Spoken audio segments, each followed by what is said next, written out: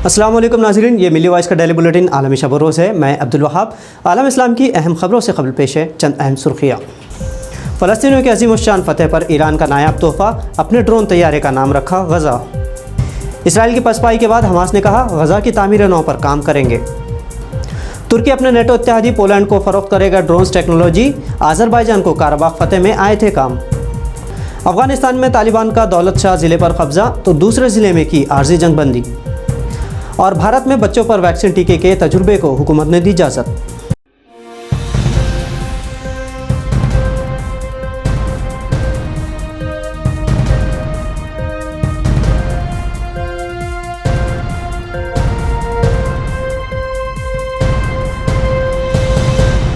اب خبریں تفصیل سے۔ دہشت گرد صہیونی ریاست اسرائیل کو گھٹنوں پر لانے کے بعد فلسطینی تنظیم حماس نے کہا کہ حماس عرب مخیرین کے ساتھ مل کر غزہ کی تعمیر نو پر کام کرے گی۔ جمعہ کے روز جاری کردہ اپنے بیان میں حماس کے سیاسی دفتر کے سربراہ اسماعیل ہانیہ نے کہا کہ فلسطین کو عرب اور اسلامی دنیا کے ساتھ مزید مضبوط تعلقات بنانے کی ضرورت ہے اور مشرق سے مغرب تک امت مسلمہ بیت المقدس، فلسطین اور مزاحمت کی پشت پر کھڑی ہے۔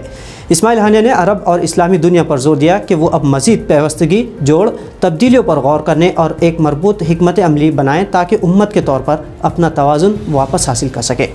واضح رہے کہ مصر کے توسط سے اسرائیل اور فلسطین گروپوں کے بیچ غزہ کی پٹی میں فائر بندی کے نفاذ کا آغاز جمعے کی شب سے ہوا ہے۔ یہ فائر بندی 11 روز تک جاری رہنے والی عسکری جارحیت کے بعد سامنے آئی، جو 2014 کی جنگ کے بعد اب تک کی شدید ترین لڑائی قرار دی جا رہی ہے۔ اس دوران میں بڑی تعداد میں ہلاکتیں واقع ہوئی، جن میں اکثریت بھلے ہی فلسطینیوں کی رہی لیکن نفسیاتی طور پر اسرائیل کی ہار رہی۔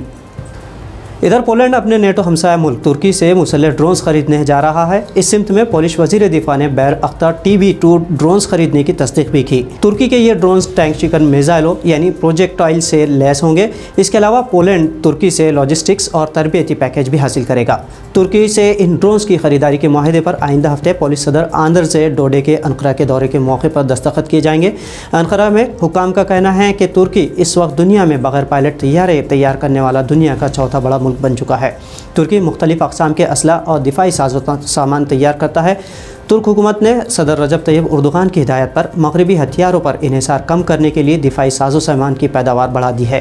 ترکی کے دفاعی ٹیکنالوجی کی کمپنی بیخار اب تک آذربائیجان، قطر، یوکرین اور لیبیا کو بیرختر TB2 مسلح ڈرونز فروخت کر چکی ہے اور انہی ڈرونز کی بنا پر آذربائیجان نے آرمینیا سے قرہ علاقہ فتح کیا تھا۔ اس سے قبل سعودی عرب نے بھی ان ڈرونز کی خریداری میں دلچسپی ظاہر کی ہے۔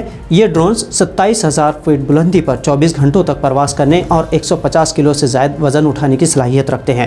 جدید ٹیکنالوجی کے باعث انہیں دن کی روشنی اور رات کے اندھیرے میں بھی مؤثر طریقے پر استعمال کیا جا سکتا ہے۔ ان ڈرونز کو حملوں کے علاوہ جاسوسی کے لیے بھی استعمال کیا جا سکتا ہے۔ افغانستان میں طالبان گروپ سب سے زیادہ طاقتور ہے اور اسی کے سبب امریکہ کو انخلا سے قبل طالبان سے معاہدہ کرنا پڑا تھا۔ اب جبکہ امریکی افواج افغانستان چھوڑنے تیار ہے، وہیں طالبان مسلسل افغانستان کے کئی حصوں پر اپنا قبضہ بڑھا رہے ہیں۔ طالبان نے طویل محاصرے کے بعد اب مشرقی ضلع لغمان پر قبضہ کر لیا ہے، جبکہ ایک اور ضلع دولت شاہ میں 1 مہینے کی عارضی جنگ بندی کا معاہدہ کیا گیا ہے۔ اس ضلع میں طالبان کے داخل ہونے پر وہاں موجود افغان سیکورٹی فورسز کسی مزاحمت کے بغیر اپنی دفاعی چوکیاں چھوڑ کر پسپا ہو گئی۔ یہ دونوں افغانی ضلع گزشتہ 6 مہینوں سے طالبان کے محاصرے میں تھے۔ ادھر طالبان کے ترجمان ذبیح اللہ مجاہد نے دعویٰ کیا ہے کہ طالبان نے علاقے سے افغان پولیس اور سپاہیوں کے فرار ہونے کے بعد 2 ٹینک، 1 فوجی گاڑی اور بہت سارا گولہ بارود اور ہتھیار اپنے قبضے میں لیا ہے۔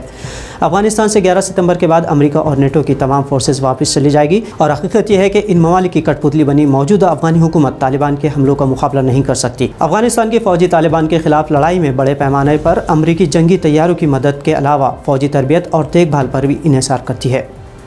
فلسطین کی حال ہی میں اسرائیل پر علامتی اور نفسیاتی جنگ جیتنے پر اسلامی جمہوریہ ایران نے غزہ کو ایک عمدہ تحفہ دیا ہے۔ ایران نے صہیونی ریاست اسرائیل کو خاک چٹانے کے بعد خوش ہو کر فلسطینیوں کو تحفہ دیتے ہوئے اپنے ڈرون طیارے کا نام غزہ رکھا اور اس کی رونمائی بھی کی۔ غزہ نامی یہ ایرانی ڈرون طیارہ عسکری مشن کے دوران 13 بم 2000 کلومیٹر کی رینج تک لے جانے کی صلاحیت رکھتا ہے، جبکہ جاسوسی مشن کے دوران 500 کلوگرام وزن تک انٹیلیجنس آلات لے جانے کی صلاحیت رکھتا ہے۔ غزہ ڈرون طیارے کو عسکری مقاصد کے علاوہ جنگلات کی نگرانی، امدادی کارروائیوں، نیز سیلاب اور زلزلے جیسی قدرتی آفات کے مواقع پر امداد رسانی کے طور پر بھی استعمال کیا جا سکتا ہے۔ آپ کو بتا دیں کہ حماس پر بین الاقوامی پابندیوں کے باوجود ایران حماس کو صہیونی ریاست کے خلاف ٹیکنالوجی فراہم کرتا آیا ہے۔